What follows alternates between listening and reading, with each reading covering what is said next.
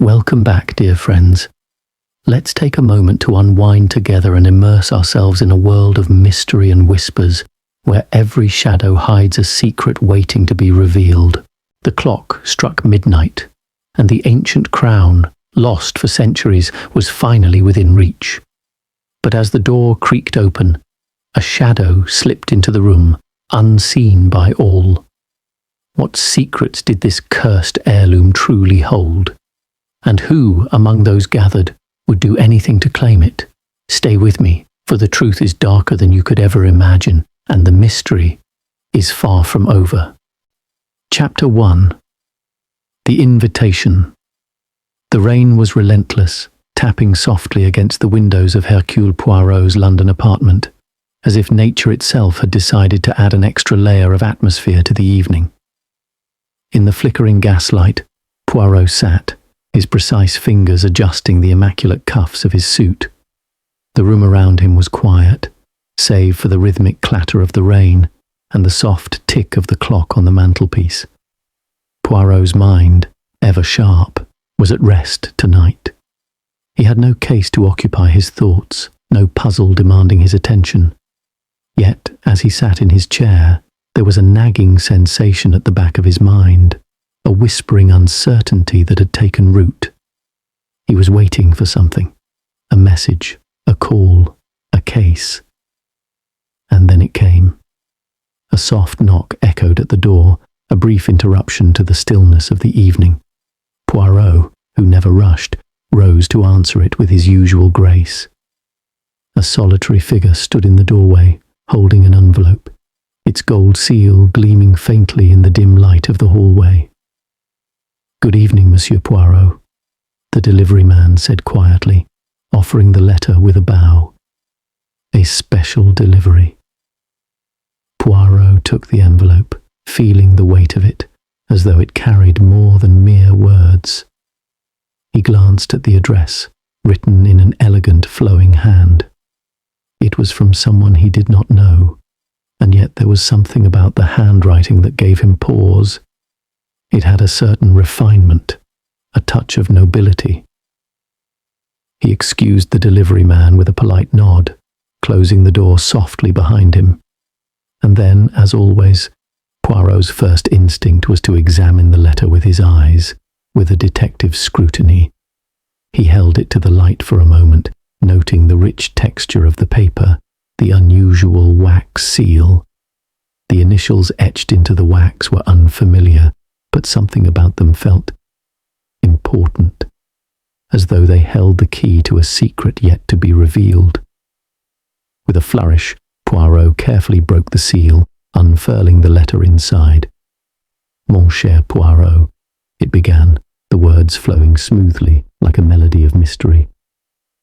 "I find myself in urgent need of your brilliant mind. I am writing to you from Harrington House, where a matter of the utmost discretion must be addressed. I trust you will join us tomorrow evening for dinner. There are many things at stake, and I fear that without your intervention calamity may soon strike. I remain, yours sincerely." Lord Edgar Harrington Poirot read the letter twice, his sharp eyes tracing every word, his mind already picking apart the implications. The tone was cryptic, yet polite, a request for assistance with a clear undercurrent of urgency. And yet, the words themselves left him with more questions than answers. What calamity, what danger awaited him at Harrington House? And why had Lord Harrington chosen him, Hercule Poirot, of all people, to solve this hidden dilemma? Poirot sat down at his desk, his mind racing. There was no time to waste. Tomorrow evening he would find himself at Harrington House, no doubt surrounded by questions, by mystery, and by danger. As the clock ticked in the background, Poirot's lips curled into the faintest of smiles. The calm before the storm, he thought. It was an old, familiar feeling, the sensation of walking into the unknown, where every step would bring new revelations, new puzzles to solve. He felt the pulse of excitement, that steady beat of anticipation in his chest. The rain continued to pour outside, steady and unrelenting, as if it too were preparing for the coming night, for the gathering at Harrington House. Poirot stood, straightening his jacket, his eyes gleaming with a quiet determination. He was ready. Tomorrow would bring a mystery, and Hercule Poirot would see it solved before the storm had a chance to break. Chapter 2. The Guests. The following evening, as the last light of dusk melted away, Hercule Poirot arrived at Harrington House. The grand mansion loomed in the distance, its stone facade bathed in the soft glow of lanterns, casting long, stretching shadows that danced across the manicured gardens. The rain had ceased, leaving the air crisp and fresh, the scent of wet earth and blooming roses filling the space around him. Poirot stepped from the carriage, adjusting his coat with the grace of a man who had seen thousands of entrances and exits in his lifetime, yet each one always seemed to hold a quiet thrill. He straightened his collar, took a deep breath, and with a slight nod to his driver, made his way to the grand oak doors. The door opened with a soft creak, revealing a well-dressed butler who greeted him with a polite nod. "Good evening, Monsieur Poirot. Lord Harrington is expecting you," the butler said, his voice smooth but with an almost imperceptible hint of tension. Poirot acknowledged the butler with a simple "Merci," and stepped inside. He was immediately struck by the opulence of the entrance hall. Its towering ceilings, the rich tapestries adorning the walls, and the massive chandelier that seemed to shimmer like stars suspended in mid-air. The mansion exuded an old-world charm, but there was an unsettling chill in the air, as though someone was watching.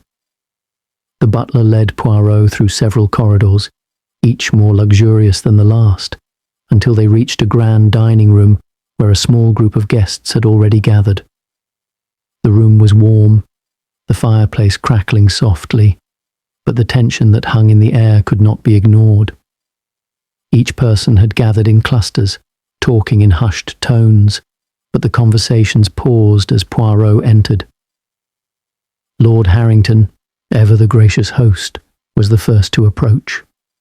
His tall, imposing figure stood near the fireplace, his features sharp and calculating. He was dressed in the finest dark suit, a silver pocket watch gleaming at his waist.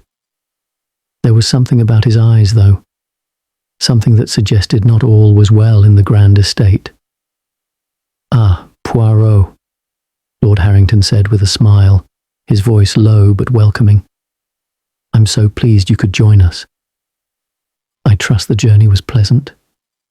"Quite so, mon ami," Poirot replied with his usual calm, though his sharp eyes flicked to each guest in turn, analyzing them in the span of a heartbeat. "But I suspect you did not invite me here simply for a dinner party, no?" "There is something more." I believe Lord Harrington's smile faltered just slightly, a fleeting moment that only Poirot would have noticed. With a nod, he motioned for Poirot to join the others. "Yes, indeed. But first, allow me to introduce you to my family and friends." Poirot's gaze swept across the room. There, standing near a table laden with delicate crystal glasses and silver cutlery, were the other guests, each person more intriguing than the last. Lady Evelyn Harrington, Lord Harrington's wife, was a striking woman, her beauty both ethereal and sorrowful. She wore a gown of deep emerald green, her long auburn hair pinned up with an ornate comb. She stood near a window, gazing out at the estate's grounds, her expression distant, as if her mind wandered far beyond the walls of the room. Yet, when Poirot's gaze met hers, there was a flicker of something, an emotion she quickly masked. Poirot was about to approach her when he was intercepted by Margaret Harrington, the couple's daughter. Margaret was young, perhaps in her early 20s, her face both innocent and troubled. She wore a soft lilac dress, the colour complementing the pale hue of her skin. But it was her eyes that caught Poirot's attention, eyes that seemed to carry a heavy weight, as though she carried the burden of a secret far too dark for one so young. "Mr. Poirot, I've heard so much about your famous detective work," she said, her voice soft, but with an undercurrent of nervousness. She offered a polite smile, though her fingers twisted nervously in the folds of her dress. "I'm so glad you could make it tonight." "Ah, mademoiselle, it is my honour," Poirot replied, his voice soothing but sharp. He studied her carefully, sensing there was more beneath the surface. "But I wonder, do you enjoy the company of your family, or is there another matter that weighs on your mind?" Margaret's eyes widened, her lips pressing into a thin line. Before she could respond, Lady Evelyn joined them, her eyes flicking between her daughter and Poirot. "Forgive me, Monsieur Poirot," Lady Evelyn interjected, her voice warm but a touch too forced. "The evening should be for pleasant conversation. But perhaps you would like to meet some of the other guests." Poirot nodded, sensing the subtle tension that had begun to fill the room. He allowed Lady Evelyn to guide him toward the other guests, but his mind never stopped working. There was something behind their faces, something hidden in their words and actions. The next to be introduced was Sir Archibald Ward, a distinguished gentleman with a silver mane and a sharp jawline. His impeccable manners and refined accent marked him as someone of great stature, but his eyes were cold, too cold for someone of his apparent nobility. Standing next to him was Miss Beatrice Llewellyn, a woman whose charm was undeniable. Her soft laugh and fluttering eyelashes made her seem sweet, but Poirot could see the sharpness in her gaze, the hint of calculation. It was clear she was accustomed to playing games, perhaps too accustomed. The final guest to be introduced was Baron Thomas Devereux, a tall, brooding man whose presence seemed to fill the room despite his silence. He stood apart from the others, his dark eyes scanning the room, always observing. His manner was aloof, as though he had no need for the pleasantries of the gathering. Poirot nodded politely to each one, but his mind was already sifting through the clues, the subtle gestures, the barely there expressions. There was something in the air tonight, something that pulsed with quiet danger, and Poirot could feel it in his bones. The dinner might have been meant to distract, to feign normalcy, but he knew that beneath the surface, the storm was already brewing. As the evening wore on, the conversation flowed, but Poirot's mind never stopped. He watched each guest, noted every twitch, every glance. There was more to this gathering than a simple dinner. Each person was playing a part in a much larger, more dangerous game, and Poirot, ever the master of observation, was ready to uncover the truth that lay hidden beneath the fine china and polite conversation.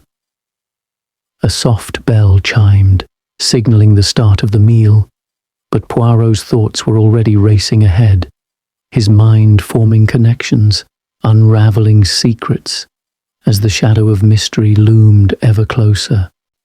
Chapter 3. A Deadly Revelation.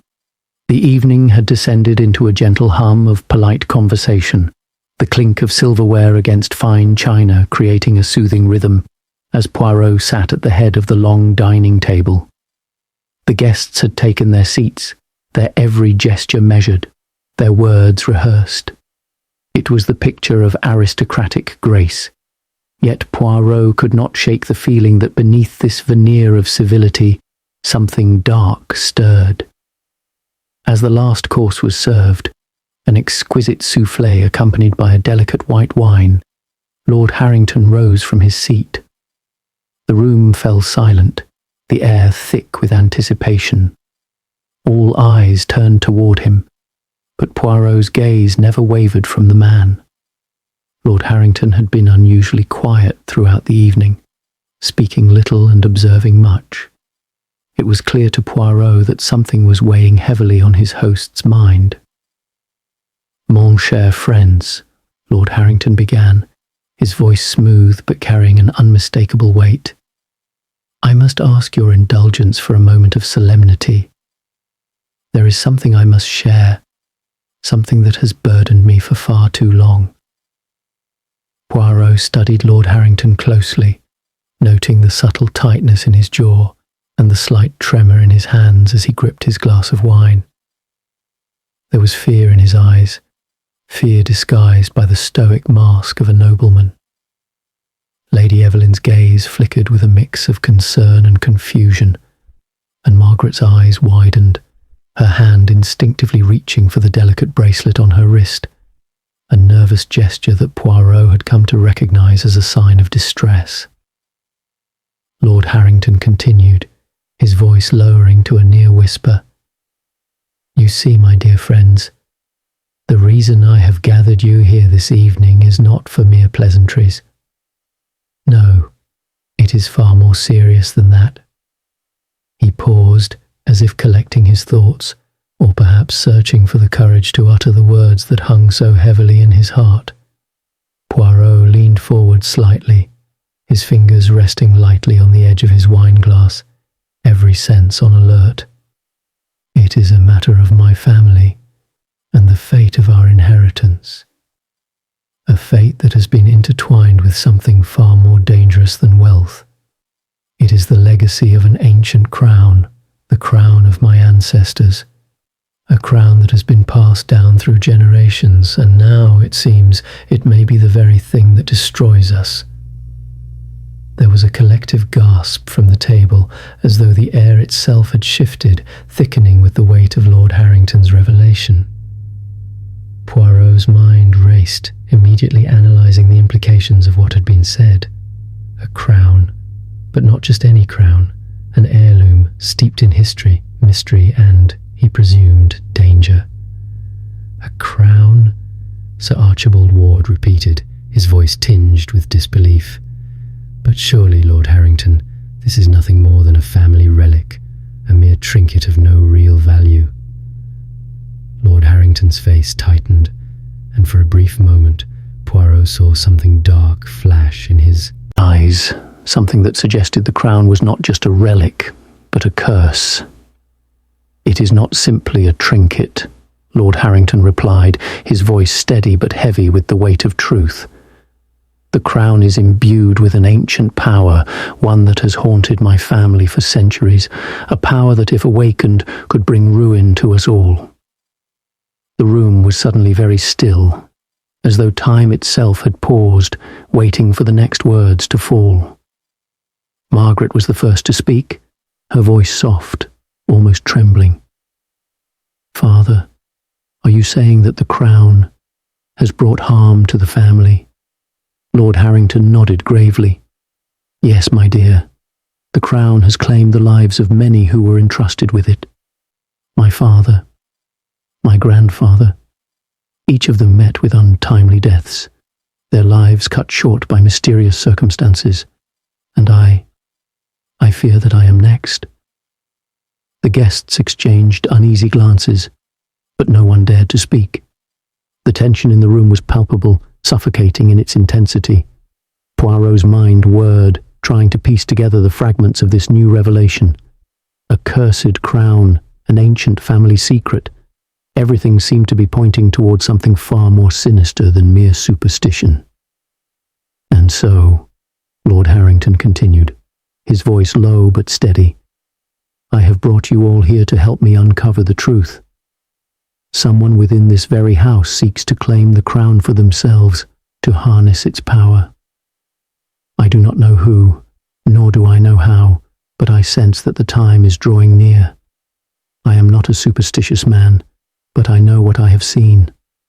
I fear for the lives of my family, and I fear that I am too late to stop the inevitable." Poirot's sharp eyes never left Lord Harrington's face, his mind already working furiously. A thief, a curse, and a family teetering on the edge of destruction. But why? What was it about this crown that made it so dangerous? And who among the guests would be willing to kill for it? "I have made arrangements," Lord Harrington said, his voice carrying a note of finality. "The crown is locked away in a secret room within this very house, but the key has gone missing. It is only a matter of time before the thief finds it. The question is, who can I trust?" The words hung in the air like a heavy fog, and Poirot felt the full weight of the mystery descend upon him. He had been called here to solve this enigma, to uncover the truth hidden behind the stories of this cursed crown. But he knew, deep down, that the path ahead would not be easy.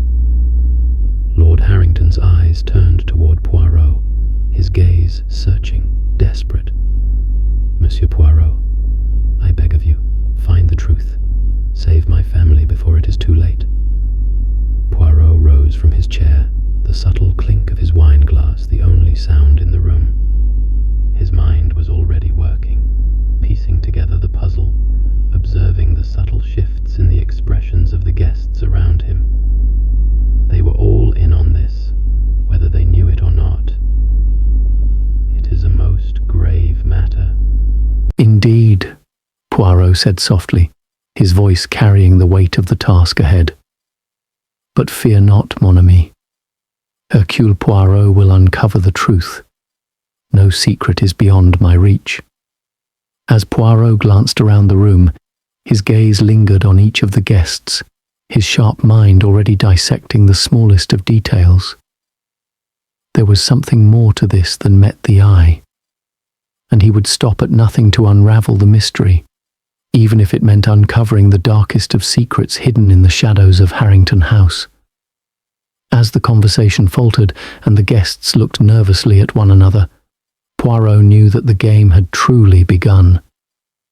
The crown, its power, and the looming threat of danger were all pieces of a puzzle that only he could solve. And with that, the clock seemed to tick louder, the room colder, as the shadow of the crown loomed ever larger. Chapter 4. The First Clue.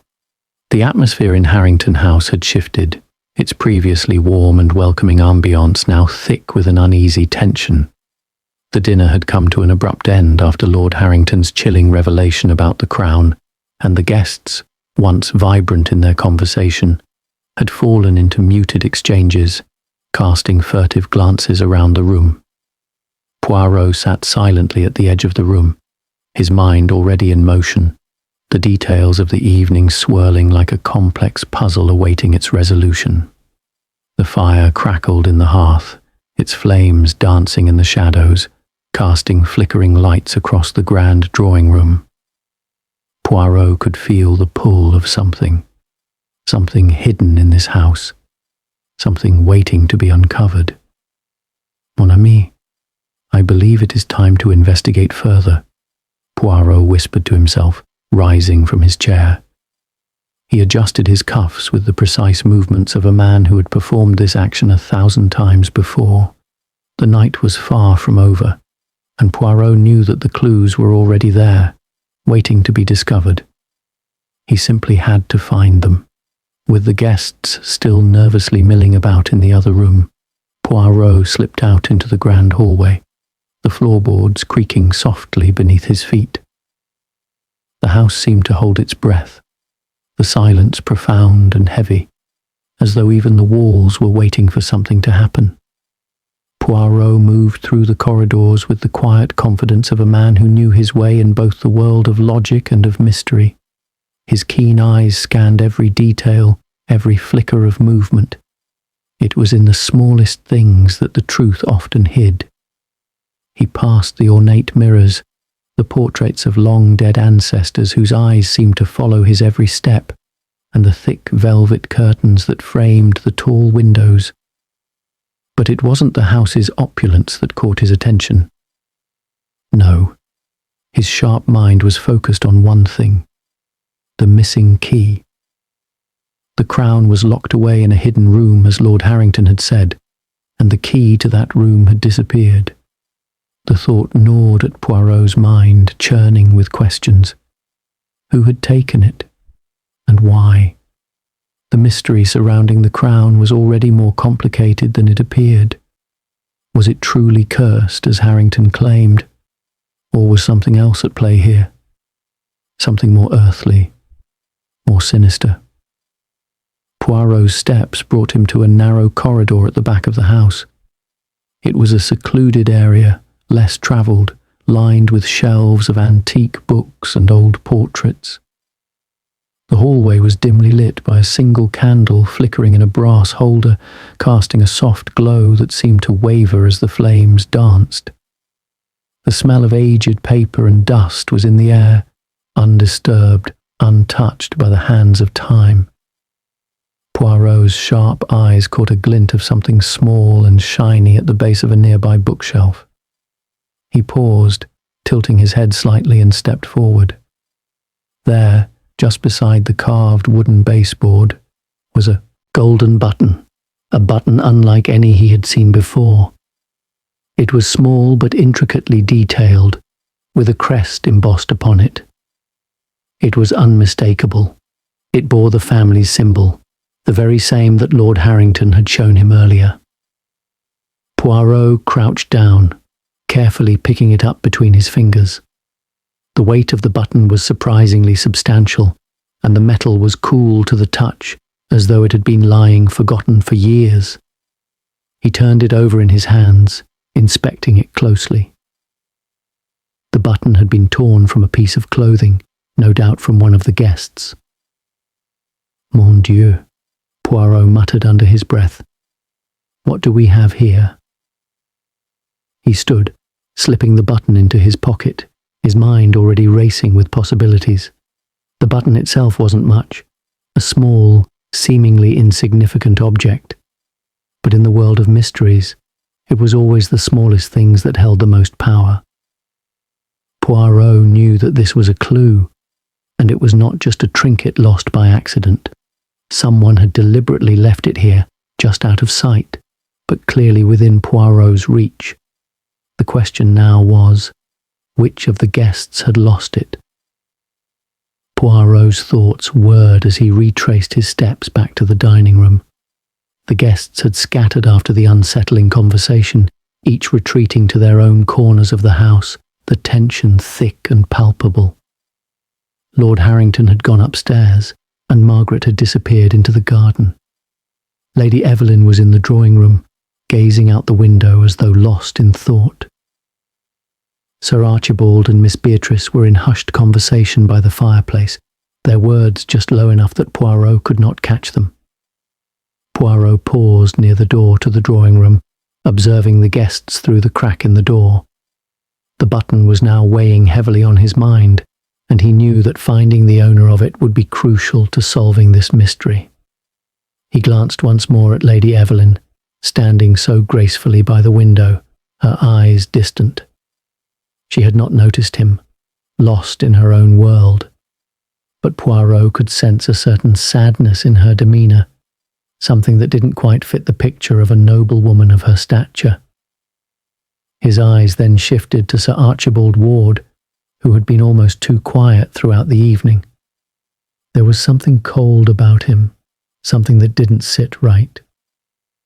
And then there was Miss Beatrice, with her flirtatious demeanour and playful laugh, perhaps a little too playful, as though she were hiding something behind her charm. Poirot's thoughts were interrupted by the soft sound of footsteps approaching. He turned just in time to see Lord Harrington emerge from the staircase, his face pale, his brow furrowed in deep thought. The man's troubled expression was unmistakable. "Ah, Monsieur Poirot," Lord Harrington said, his voice strained. "I was hoping I might find you. You see, I must tell you something more. Something that perhaps I should have shared with you earlier." His gaze darted to the door of the drawing room, as if he feared someone might overhear. Poirot straightened, giving Lord Harrington his full attention. "What is it, mon ami?" he asked, his voice calm but filled with the weight of curiosity. Lord Harrington glanced around once more before stepping closer, his voice barely above a whisper. "There is another. Someone else who has been investigating the crown. I fear they are close to discovering its location. And the key." Poirot's mind went into overdrive, the new information swirling with his earlier discovery of the button. Another person. Someone had been investigating the crown, and they had been in the house too. The pieces of the puzzle were beginning to fall into place, but there was still so much left to uncover. "I must warn you, Poirot," Lord Harrington continued, his voice low and trembling. "If the wrong person gets hold of the crown, I fear we may all be doomed." Poirot nodded, his mind already on the trail, the button and the shadow that loomed over Harrington House. The first clue had been found. Now it was time to follow it, piece by piece, into the heart of the mystery.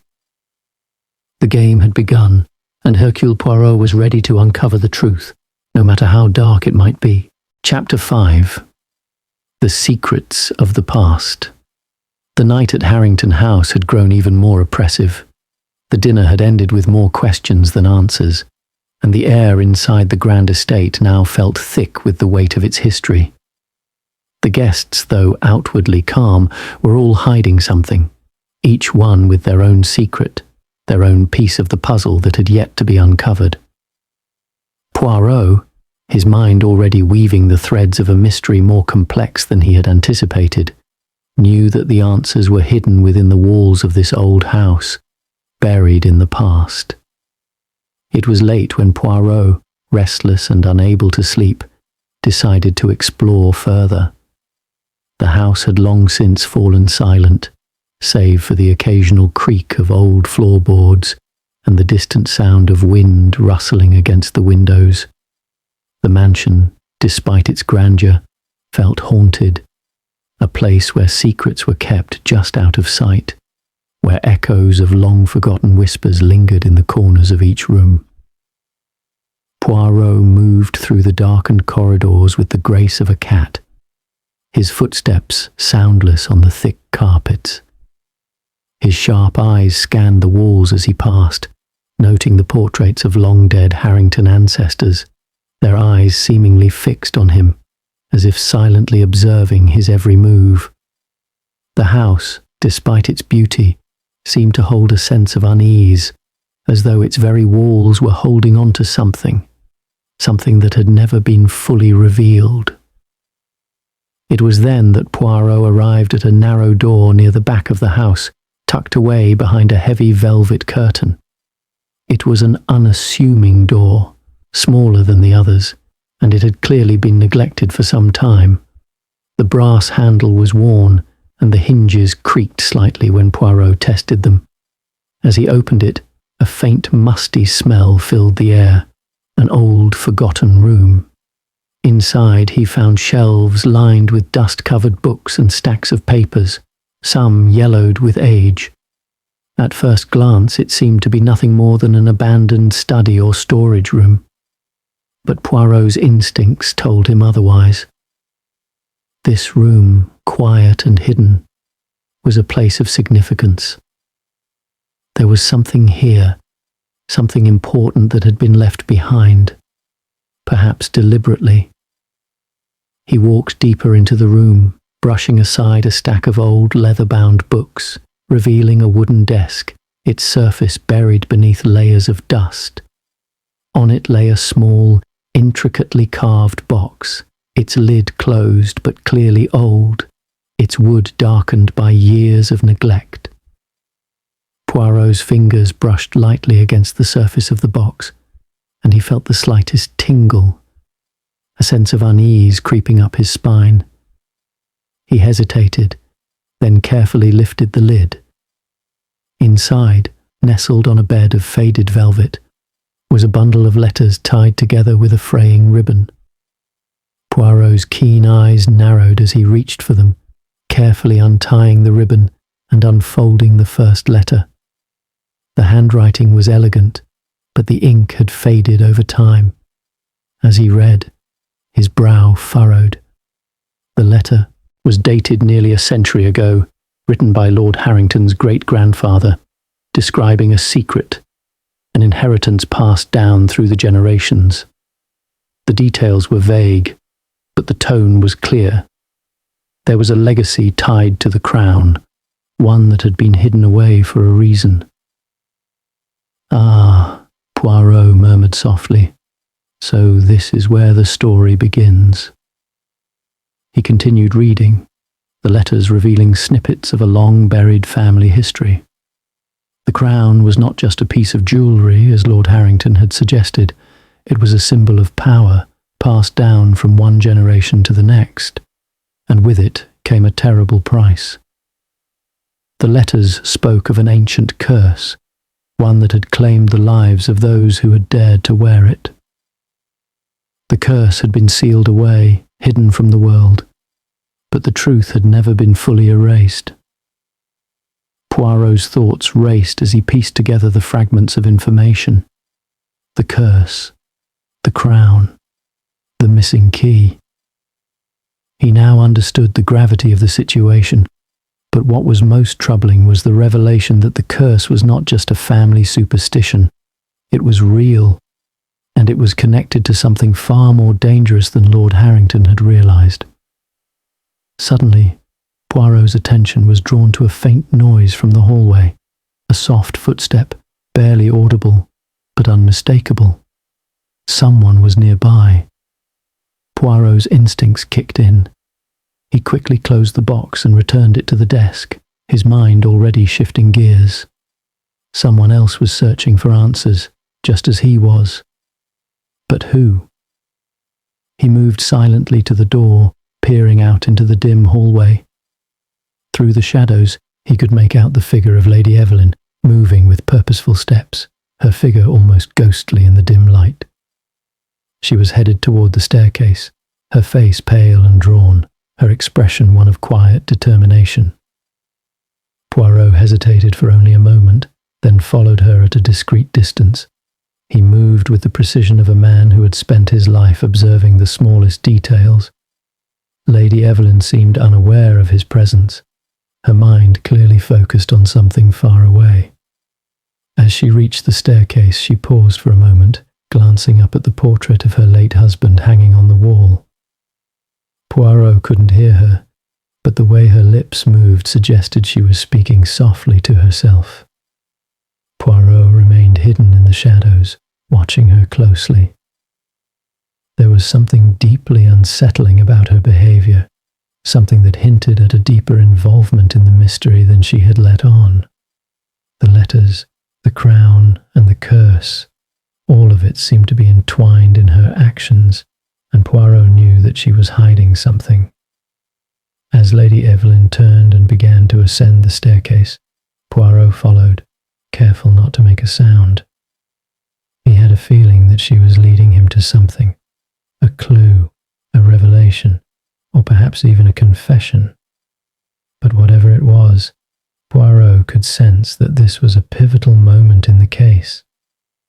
At the top of the stairs, Lady Evelyn entered a small, dimly lit hallway and disappeared through a door. Poirot waited for a moment before following her.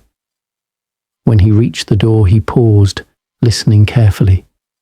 He could hear faint voices, muffled by the heavy wood of the door. Poirot took a deep breath, adjusting his coat, then gently pressed the door open.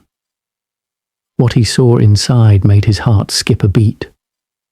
Lady Evelyn stood in front of a large wooden chest, her hands trembling as she opened it. Inside, resting on a bed of velvet, was the crown, gleaming faintly in the low light. But it was not just the crown that caught Poirot's attention. There, beside it, was the missing key. Lady Evelyn looked up, her eyes meeting Poirot's with a mix of surprise and something else, something darker. "You," she whispered, her voice filled with a strange mixture of relief and fear. "You found it." Poirot stepped forward, his eyes never leaving hers. "Mademoiselle, I believe the time has come for you to tell me everything. The room seemed to close in around them, the weight of the crown and its secrets pressing down on both of them. The mystery had deepened, but Poirot knew that he was getting closer to the truth. The past, the curse, the crown, it was all coming together. And now, with Lady Evelyn's unexpected admission, the final pieces of the puzzle were about to fall into place. Chapter 6. An unlikely suspect. The early morning light filtered gently through the heavy curtains of Harrington House, casting long shadows on the walls of the grand drawing room. The silence of the house seemed almost oppressive, as if it too was holding its breath, waiting for something to break the stillness. Poirot, ever the observer, had spent the night turning over the events of the previous evening in his mind, piecing together fragments of clues and behaviours he had noticed in the shadows. The crown, the letters, the mysterious disappearance of the key, and now Lady Evelyn's strange actions. Everything was tied together, but the knot remained elusive, just out of reach. Poirot sat in a leather armchair, his fingers steepled under his chin, his mind working like a well-oiled machine. The guests had scattered to their rooms after the discovery of the key, and the house was quiet once again, save for the soft ticking of the clock on the mantelpiece. He could feel it. There was something in the air today, a shift, a subtle change that hinted at revelation. The game had moved from the realm of mere intrigue to something more dangerous, more urgent. Poirot's mind flickered back to Lady Evelyn. Her reaction the night before had been telling. She hadn't just been guarding a secret, she had been part of it. The crown, the key, it all pointed to her in ways she hadn't realized. But the question remained. Why? What was her connection to the crown's curse? And what did it have to do with the others in the house? The morning had brought a new tension to the atmosphere. Poirot had arranged to meet with the guests one by one, a private conversation with each, where he could probe further into their motives, their actions, and their pasts. One of them was hiding something, a key piece to the puzzle. But which one? Poirot's thoughts were interrupted by the soft, deliberate sound of footsteps approaching. He rose, his sharp eyes immediately recognizing the visitor. It was Margaret Harrington, the young daughter of Lord and Lady Harrington. She had been a quiet presence during the previous evening's dinner, but Poirot had noticed the way she had looked at the crown when it was mentioned. A subtle shift in her posture, a nervous glance. She was hiding something too. But what? Margaret entered the drawing room, her eyes downcast, her hands clasped tightly together in front of her. She was dressed in a simple morning gown, her pale face betraying the sleepless night she had no doubt endured. She looked troubled, but there was something more, a certain unease that Poirot could sense immediately. "Monsieur Poirot," she said, her voice soft but steady. I wanted to speak with you." Poirot gestured to the seat across from him. "Of course, mademoiselle. Please sit. You seem troubled. How may I assist you?" Margaret hesitated for a moment before sitting down, her fingers twisting nervously in her lap. She took a deep breath, gathering her thoughts before speaking again. I know that you are trying to uncover the truth about the crown," she began, her eyes not meeting his. "But there are things that my family has kept hidden, and I fear that the truth, once it comes out, will destroy us." Poirot leaned forward slightly, his voice calm but insistent. "You are correct, mademoiselle. The truth has a way of revealing itself, no matter how deeply it is buried. But it seems to me that you know something more, something that could help us understand the full story." Margaret's eyes flickered, a brief flash of fear passing through them. She seemed to consider his words carefully before responding. My father has always been obsessed with that crown, she said quietly. It was never just a family heirloom to him. It was something more, something he believed could grant him power, something that could make him untouchable. When my grandfather passed, he began to obsess over it even more. He kept it locked away, and only a select few were allowed to know about it. But I think there's more to the story. Something darker. Poirot's mind raced. Something darker? Margaret nodded, her hands trembling slightly. I'm not sure what it is, Monsieur Poirot, but I've seen the way my father behaves when he talks about the crown, like it's some sort of obsession. I overheard him speaking to my mother one night, late in the evening. He said something about awakening the power within the crown and how it was almost time. I don't know what he meant, but it didn't sound like he was just talking about an object. Poirot's eyes narrowed, the pieces of the puzzle beginning to shift into place. This was more than a family heirloom. It was an obsession, a dangerous one, and Lord Harrington's words the night before were starting to make sense. The crown was not just a symbol. It was a key to something much more sinister. And what about your mother? Poirot asked, his voice soft. Lady Evelyn, does she share your father's obsession with the crown? Margaret's face darkened. No, she doesn't. But I think she knows more than she lets on. There are times when she looks at the crown with such sadness in her eyes, and sometimes I hear her crying late at night. She says nothing about it, but I can tell that she's afraid of it. Afraid of what it might do to our family.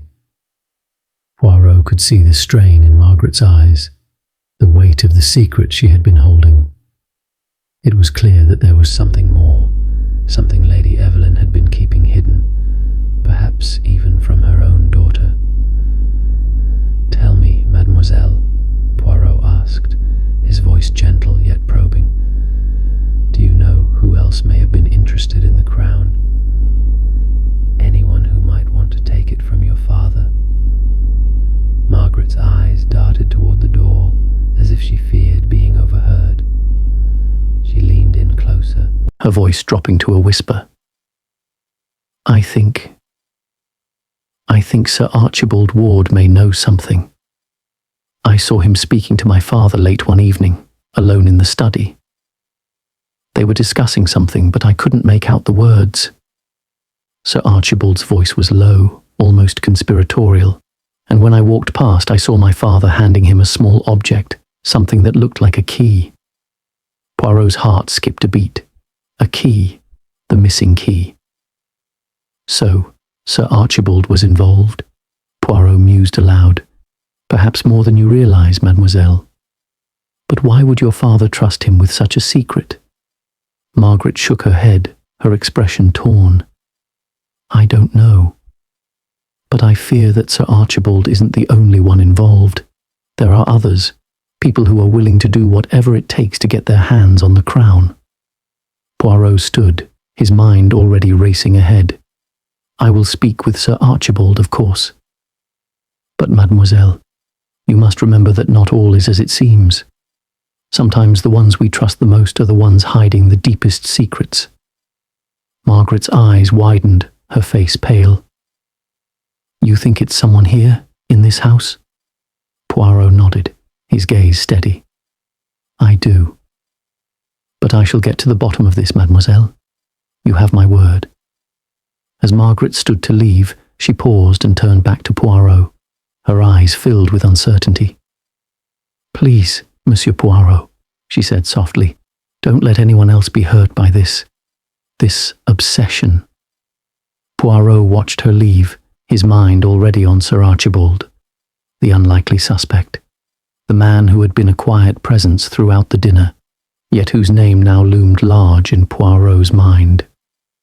Sir Archibald, a man who seemed to hide behind the mask of a gentleman, yet who might be more involved in this twisted game than anyone had suspected.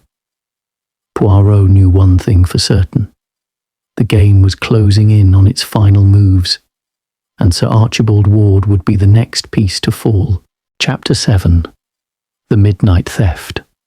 The house was silent once again, the kind of silence that only the dead of night can bring. The occasional soft whisper of the wind brushing against the windows seemed like a distant, soothing lullaby. But the atmosphere within Harrington House was far from calm. The mystery that swirled within its walls was thickening like fog, and Hercule Poirot, ever the keen observer, felt the urgency of the case growing with each passing moment. It was just after midnight when Poirot, unable to rest, slipped out of his room. The dim hallway was bathed in the soft glow of moonlight filtering through the grand windows. He moved with practiced quietness, his mind still unraveling the tangled threads of secrets and lies that had brought him to this moment. The crown, the curse, the missing key, and the strange, shadowy presence of Sir Archibald Ward, who now loomed large in Poirot's suspicions. Poirot's mind was sharp and focused as always, but tonight there was a particular tension that gripped him. Something told him that the truth would reveal itself soon.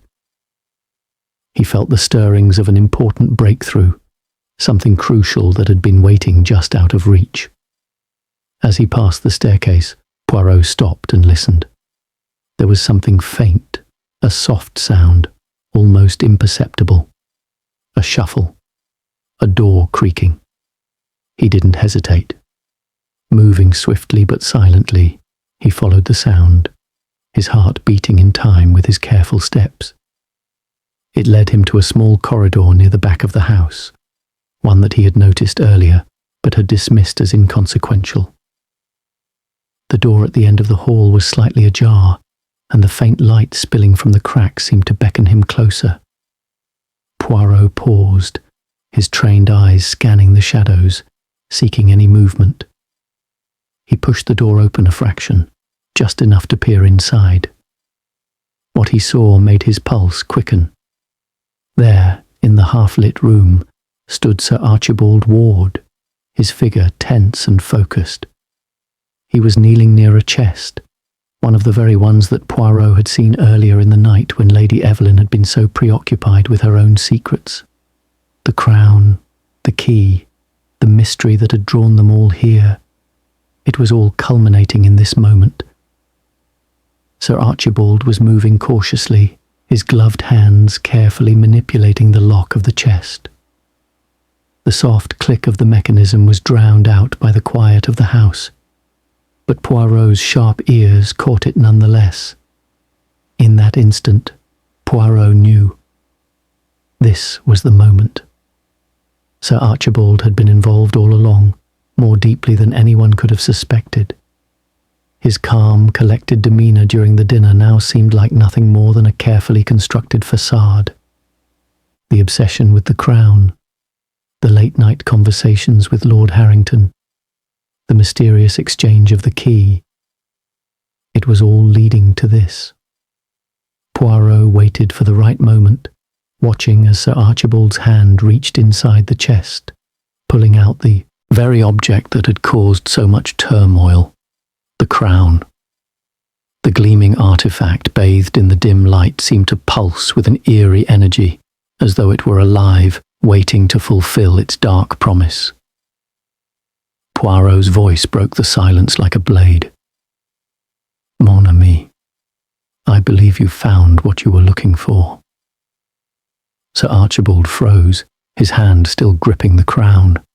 His eyes widened, and for the first time Poirot saw something other than the gentlemanly mask he had worn throughout the evening. There was fear, panic, and a glimmer of something darker, guilt. "You," Sir Archibald stammered, standing up slowly, still clutching the crown to his chest. "How did you—" "I have my ways," Poirot replied smoothly, stepping into the room, his eyes never leaving Sir Archibald's. "But I must say, it is rather telling that you were the one to find it. The key, the crown, it all points to you, mon cher." Sir Archibald looked desperately around the room as if seeking an escape, but there was nowhere to go. The door was closed, and Poirot stood between him and freedom, an impenetrable wall of logic and reason. "The crown," Poirot continued, his voice calm and deliberate, "is more than a mere family heirloom. You and I both know this. It carries with it a curse, an ancient legacy that has claimed the lives of those who sought to wield its power. But, mon ami, it seems you are not deterred by such superstitions." Sir Archibald's face was pale, his eyes flickering with fear and uncertainty. But despite the fear, there was a resolve in his posture, something that told Poirot he had known this moment would come. He had been waiting for it. "You don't understand," Sir Archibald muttered, his voice strained. "It's not just about the crown. It's about what it can do. I need it. I've spent years searching for it. For the power it holds." "Power?"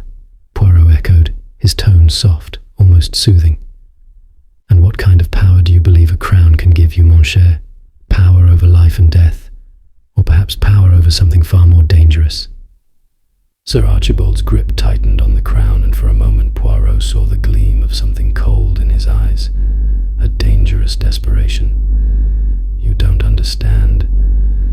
Lord Harrington, he doesn't deserve it. I am the rightful heir. I am the one who should wear it, who should wield its power." Poirot studied Sir Archibald carefully, his eyes narrowing. "Ah, so it is not just the crown that you seek, but the throne it represents. Power, wealth, control." Sir Archibald's lips trembled as he nodded, his voice rising in intensity. "Yes, you see, Poirot, it's not just about a curse. It's about the inheritance, the legacy. It's mine by right. I've waited years for this moment. I've played the part, waited in the shadows, and now," his voice faltered, "now I will have what is mine." Poirot took a step forward, his voice unwavering. "And you are willing to kill for it?" Sir Archibald's eyes flickered with guilt, but the resolve in his posture remained. "I had no choice. It's the only way to break the chains that bind me, to take what's rightfully mine." Poirot's gaze softened, a hint of pity in his eyes. "And you thought this would solve everything, didn't you?" "But Sir Archibald, power gained through deceit is always fleeting. The curse of the crown is not just a legend, it's a warning. And now it has claimed you too."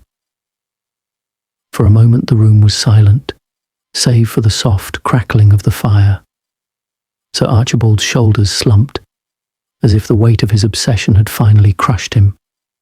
The crown, which he had sought for so long, now seemed like nothing more than a burden. But Poirot's work was far from over. "The crown belongs to no one, Sir Archibald," Poirot said quietly. "It has already claimed its victims, and it will claim more unless we end this." Sir Archibald's hands trembled as he looked at the crown in his hands, his eyes filled with doubt. It was a moment of realization. He had been chasing something far darker than he had ever understood. The crown, the curse, the power, all of it was now slipping through his fingers. Poirot stepped forward, his voice firm but calm. "You are not beyond redemption, but you must face the consequences of your actions." With one final resigned glance at the crown, Sir Archibald let it slip from his fingers, the cold metal thudding against the floor. And just like that, the mystery had unraveled, but the darkness it had uncovered remained. As Poirot turned to leave, the weight of what had happened settled into the silence, the house now eerily still, its secrets no longer hidden in the shadows. The theft had been foiled, but the curse, still hung over Harrington House. The game was far from over. Chapter 8. The truth revealed. The moon hung high in the sky, its pale light casting long, soft shadows across Harrington House.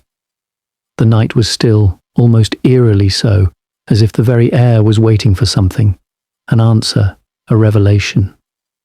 Hercule Poirot, his mind sharp as ever, walked slowly through the halls of the grand estate, his thoughts piecing together the tangled web of deception, obsession, and tragedy that had brought him here. The night had taken a turn, one that Poirot could not have predicted. Sir Archibald Ward, the man who had seemed so respectable, so distant from the dangers of the cursed crown, had finally revealed his true motives. He had sought power, and in his desperation, he had almost destroyed everything, just as those before him had done. Poirot paused for a moment in front of a tall window, gazing out at the sprawling gardens below. The wind had picked up, rustling the leaves and sending a chill through the air. It was a reminder that while the mysteries of Harrington House were drawing to a close, the story was far from over. The crown, the curse, the key, these were not just relics of the past. They were forces that had shaped the lives of everyone in this house, and now they would shape their futures. Poirot turned and made his way to the drawing room where Lord Harrington had insisted on meeting him. The Lord had been shaken, his earlier composure shattered by the truth about Sir Archibald's involvement. Now, it was time to confront the final piece of the puzzle. Lady Evelyn, too, had requested a private audience, and Poirot knew that this would be the moment when everything came to light. The door to the drawing room creaked open, and Poirot stepped inside, his eyes immediately falling on Lord Harrington, who was sitting at the large fireplace, his hands clasped tightly in his lap. He looked tired, older than before, as though the weight of the crown, and the secrets it had unleashed, had aged him in mere hours. "Ah, Poirot," Lord Harrington said, his voice low and weary, "I trust you found what you were looking for." Poirot did not sit. Instead, he stood before the fire, studying Lord Harrington with a careful, calculating gaze. "Mon ami, the crown is not a simple thing. It is a symbol of power, yes, but it is also a weight that has crushed the men before you, and one that threatens to crush you too." Lord Harrington looked away, his eyes clouded with shame and regret. "I never meant for it to go this far, Poirot. I thought I could control it. I thought it was my destiny. But it was never yours to control," Poirot interjected, his voice soft but firm. "The crown has a power beyond your understanding.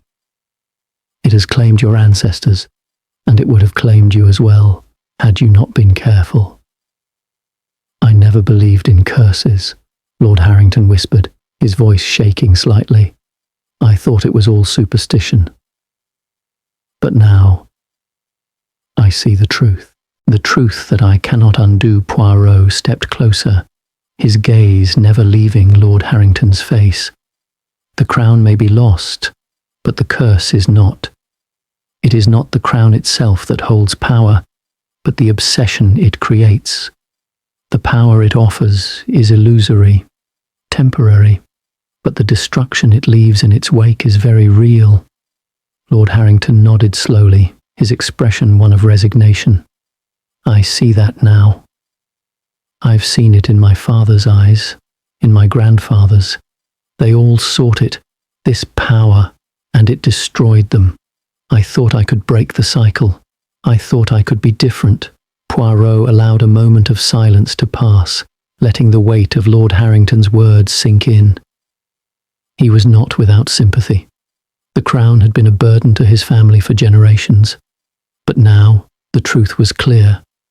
The only way to end the cycle of destruction was to let go, to let the crown be forgotten, lost to time. As if on cue, Lady Evelyn entered the room, her presence as graceful as ever, but her eyes were tired, hollow. She looked at her husband, then at Poirot, her face drawn in worry. "I don't know how to fix this," she said, her voice soft and trembling. "We've lived with this thing for so long." It's been a part of us, part of our family. How do we just let it go? Poirot turned to her, his eyes softening. It is not about letting go of the crown, mademoiselle. It is about letting go of the need for power. The crown is nothing more than a symbol. The real power is in choosing to walk away from it. Lady Evelyn's lips parted as if to speak, but no words came. She looked down at her hands, her fingers twitching nervously. Poirot could see the internal struggle, the pull of the crown's influence still lingering in her, even though she knew its curse all too well. The crown must be destroyed, Poirot continued, his voice steady. It must be buried, hidden away, so that no one else will seek it. It is the only way to break the curse, and it must be done quickly. Lady Evelyn nodded, her expression one of reluctant acceptance. Where will you take it? How will you destroy it? Poirot paused for a moment, his gaze shifting to the fireplace. There is only one way. The flames must consume it. The fire will purify it, burn away the obsession, the power. Only then will it be gone. Lord Harrington's gaze lifted, a flicker of resolve in his eyes. Do what you must, Poirot. I trust you. Poirot turned to leave, but Lady Evelyn's voice stopped him. Wait. I need to tell you something. Something I should have said earlier. Poirot stopped and faced her. What is it, mademoiselle? She hesitated, then took a deep breath. I know who took the key. It was me. The words hung in the air, heavy with the weight of her confession. Poirot felt the surprise ripple through him, though his face remained calm. You? He asked, his voice a mixture of disbelief and understanding. Lady Evelyn's eyes filled with tears. I didn't want anyone to know. I thought if I kept it hidden, if I kept the key from my husband, it would stop the madness. I thought I could protect him. But I see now. I see what it's cost us. It's too late to undo what I've done. Poirot stepped toward her, his expression softening. Mademoiselle, you acted out of love. But sometimes love blinds us to the truth. The key, like the crown, must be let go. You did what you thought was right. But now we must end this. Lady Evelyn nodded, the weight of her actions settling over her like a heavy shroud. I'll go with you. We'll destroy it together. Poirot gave her a small, reassuring smile. You are stronger than you know, mademoiselle. As Poirot, Lady Evelyn, and Lord Harrington made their way to the hidden chamber where the crown had been kept, the house seemed to hold its breath. The walls whispered their secrets, the floorboards creaking beneath their feet. And as they approached the chest, Poirot's mind focused on the task ahead, destroying the curse, ending the power that had plagued this family for generations. The crown, once the symbol of their legacy, would now be consumed by the flames, its power and influence reduced to ash. The fire burned bright, crackling and roaring as the crown melted into nothingness. And as the last embers faded into the night, so too did the darkness that had haunted Harrington House for so long. Poirot stood in the quiet aftermath. The weight of the mystery lifted, knowing that the family could now begin to heal. But in the quiet, in the stillness of the room, one thing was clear. The past could never truly be erased, but it could be let go, piece by piece.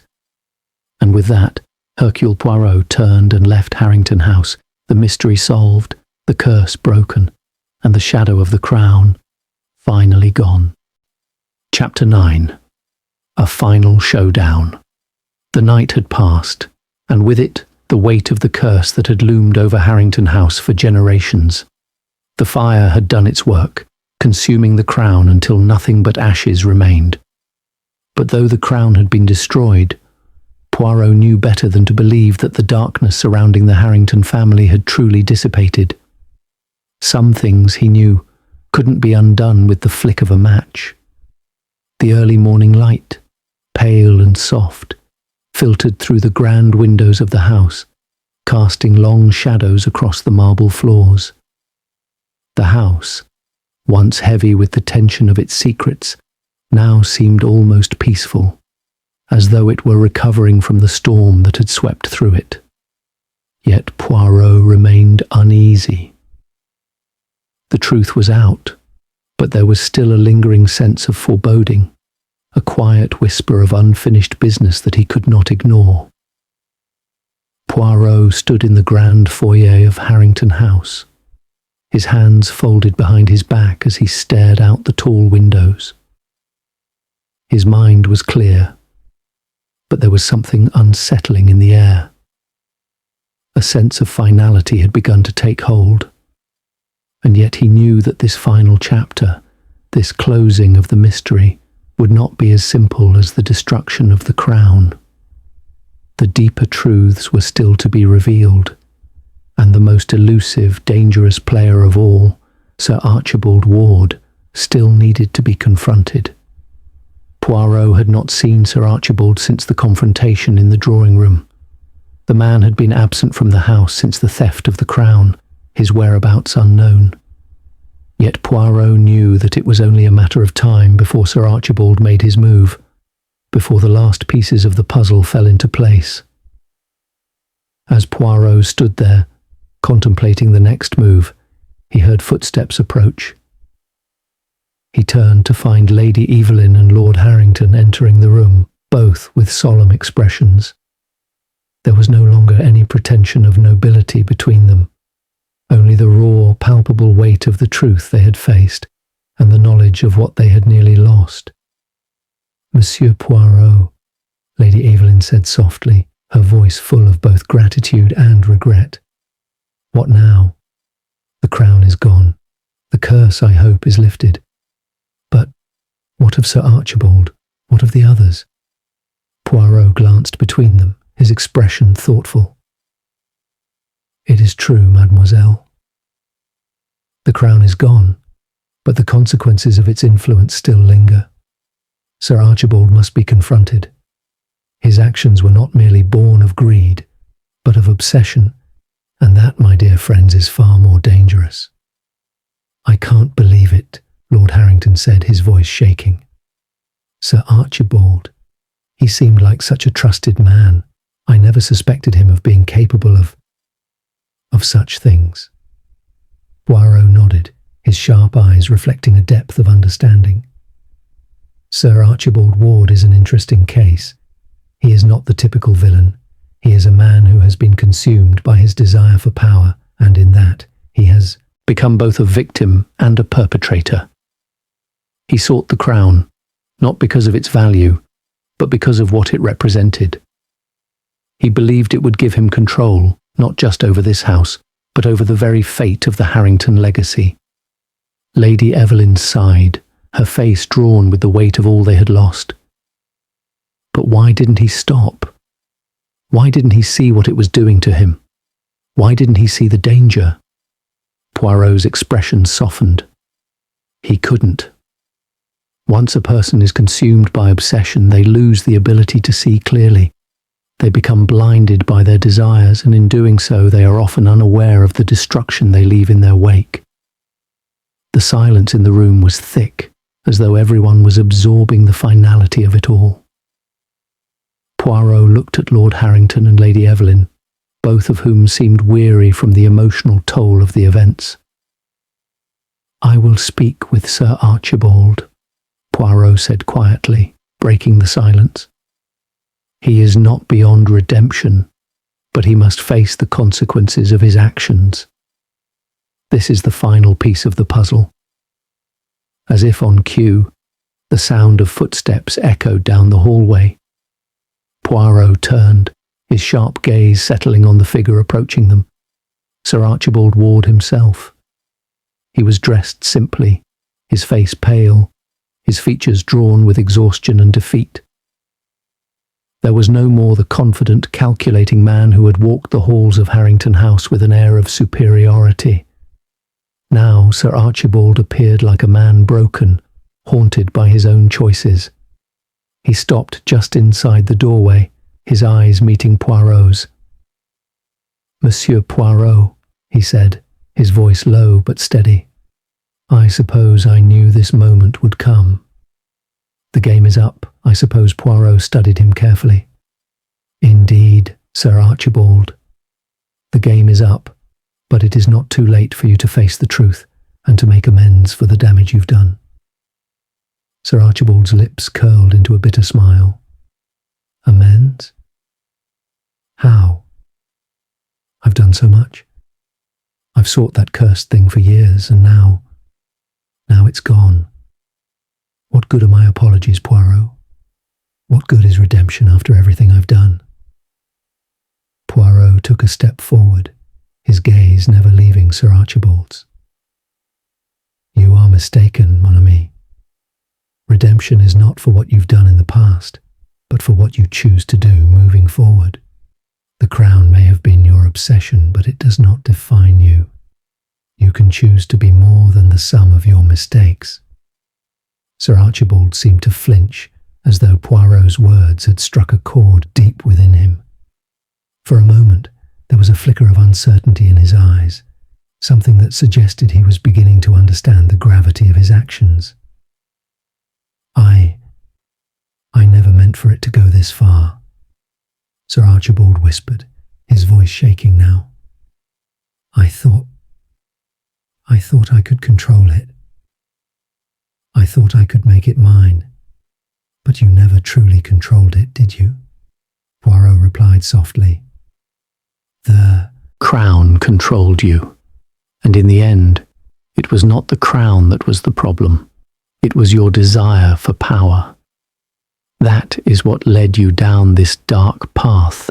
Sir Archibald stood in silence for a long moment, his head bowed, his hands trembling at his sides. Poirot could see the internal struggle playing out in him, the realization of how far he had fallen. But there was still a choice, however small, that lay before him. "I have destroyed so much," Sir Archibald murmured, his voice breaking. "I didn't just steal the crown, I stole a part of myself, a part of my soul.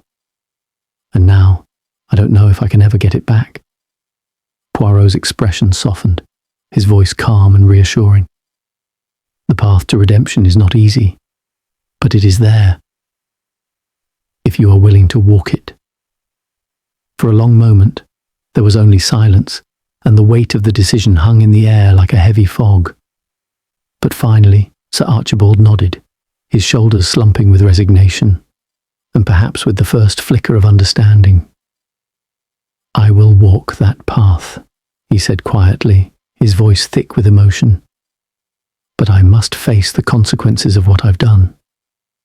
Poirot nodded, a small, almost imperceptible smile on his lips. "Then, mon ami, that is all anyone can ask of you." As the sun began to rise, casting a warm light over the grounds of Harrington House, Poirot knew that the mystery had been solved. The crown was gone, the curse was broken, and the Harrington family, though scarred, had a chance to rebuild, to heal. And as for Sir Archibald, he had a long road ahead of him, but it was a road that could lead him out of the shadows and into the light. Poirot turned, his heart lighter than it had been in days, and made his way out of the drawing room, his work here done. The house, once heavy with secrets, now seemed at peace, its mysteries unravelled, its ghosts laid to rest. The final chapter had been written, and Poirot knew this was the end of one story and the beginning of another. Chapter 10. The calm after the storm. The morning sun filtered through the tall windows of Harrington House, casting golden beams of light across the now quiet estate. The oppressive weight that had clung to the halls like a shadow for so long had finally begun to lift, and the house, which had once felt so heavy with secrets and deceit, now seemed to exhale a sigh of relief. The fire had burned away the crown, the symbol of the family's curse, and with it, the mystery surrounding it had dissolved into the past. Hercule Poirot stood in the grand hallway of the estate, taking in the peace that had settled over the house. The storm was over, and the calm that followed was one that he had come to know well after years of solving mysteries. But despite the serenity, there was always a lingering sense of the aftermath, of the complexity of human nature, of the shadows that always seemed to be waiting just beyond the light. Poirot's thoughts wandered back to the events of the past few days, the crown, the key, the web of secrets that had bound the Harrington family together and nearly torn it apart. Sir Archibald, the man who had sought the crown for so long, had finally been confronted, and though his redemption was not guaranteed, there was at least a glimmer of hope in his eyes when he left the house. Lady Evelyn and Lord Harrington too had faced the truth, and were now left to rebuild their lives in the wake of the chaos. Poirot's gaze turned toward the large, ornate clock in the hallway, its hands moving slowly, as though time itself had decided to linger a little longer. The quiet was comforting, but Poirot knew it was not the kind of peace that came from ignorance. It was the peace that followed resolution, the kind that only those who had faced their demons could understand. A soft step behind him broke the stillness. Poirot turned to see Lady Evelyn entering the room, her expression calmer than it had been when he last saw her. She was dressed simply, yet her presence seemed to fill the room with a quiet strength. Her eyes, though still weary, had the look of someone who had come to terms with the past. "Poirot," she said softly, her voice a gentle murmur. "I wanted to thank you for everything." Poirot smiled faintly, his eyes warm. "It was nothing, mademoiselle. The truth has a way of finding its way to the surface, no matter how deep it is buried." Lady Evelyn nodded, her gaze drifting toward the large portrait of her ancestors that hung on the wall. "I wish it hadn't come to this. I wish I could have stopped it before it all spiraled out of control. But now I see the truth." "The truth is always difficult to face," Poirot replied, his voice calm, his hands folded neatly in front of him. "But once it is revealed, it can set one free. You and your family have been trapped by the past for too long. Now you have a chance to move forward." Lady Evelyn's eyes met his, gratitude mixed with a quiet sorrow. "I don't know what the future holds, Poirot. I only know that it will be different. But I'm afraid that the past will always haunt us in some way." Poirot's gaze softened. "The past may always linger, mademoiselle, but it need not control you. The future is shaped by the choices we make today, and you and your family have the power to rebuild. You have already begun to make that choice." A small, bittersweet smile tugged at Lady Evelyn's lips. "I hope so. I truly hope so." Poirot gave her a reassuring nod before turning his attention back to the hallway. "And what of Sir Archibald? He has much to atone for, but he has also shown a willingness to change. That is the first step toward redemption." Lady Evelyn's expression darkened slightly. "I fear he may never fully escape the shadows of his actions. The obsession with the crown consumed him for so long. I don't know if he can ever truly let go of it." Poirot's eyes met hers, and for a moment there was a shared understanding between them. Redemption is not an easy path, but it is a path that can be walked if one is willing to face the consequences of their actions. The silence between them stretched for a moment, both of them contemplating the weight of those words. The past was gone, and though the future remained uncertain, there was a sense of closure, of something that had been broken, but now had the potential to heal. Poirot's attention shifted to the window, where the sun was now rising higher, casting a warm glow over the estate. The storm had passed. The darkness that had hung over Harrington House had been swept away, and the light, however faint, was beginning to return. Lady Evelyn followed his gaze, her expression softening as she too took in the sight of the dawn. Perhaps there is hope after all. Poirot smiled, his voice quiet but firm. There is always hope, mademoiselle. It is just a matter of how you choose to see it. With that, Poirot turned toward the door, his steps measured and calm. He had solved the mystery. The crown was gone, the curse broken, and the Harrington family was no longer bound by the chains of the past. Yet, as Poirot moved toward the exit, he knew that there would always be more mysteries, more lives to untangle, more truths to uncover. That was the nature of his work, and it was a calling he would never tire of. As he stepped out into the cool morning air, Poirot paused for a moment, his gaze sweeping across the grounds of Harrington House. The estate, once cloaked in darkness, was now bathed in the soft light of dawn. The trees swayed gently in the breeze, and the flowers bloomed with quiet grace. And in that moment, as the first rays of sunlight touched the earth, Hercule Poirot felt the calm satisfaction of a mystery well solved. The shadows had lifted, and the world, for now, was at peace. But he knew that peace, like all things, was fleeting. There would be other cases, other puzzles to solve, and when the time came, Hercule Poirot would be ready, as always, to face whatever lay ahead.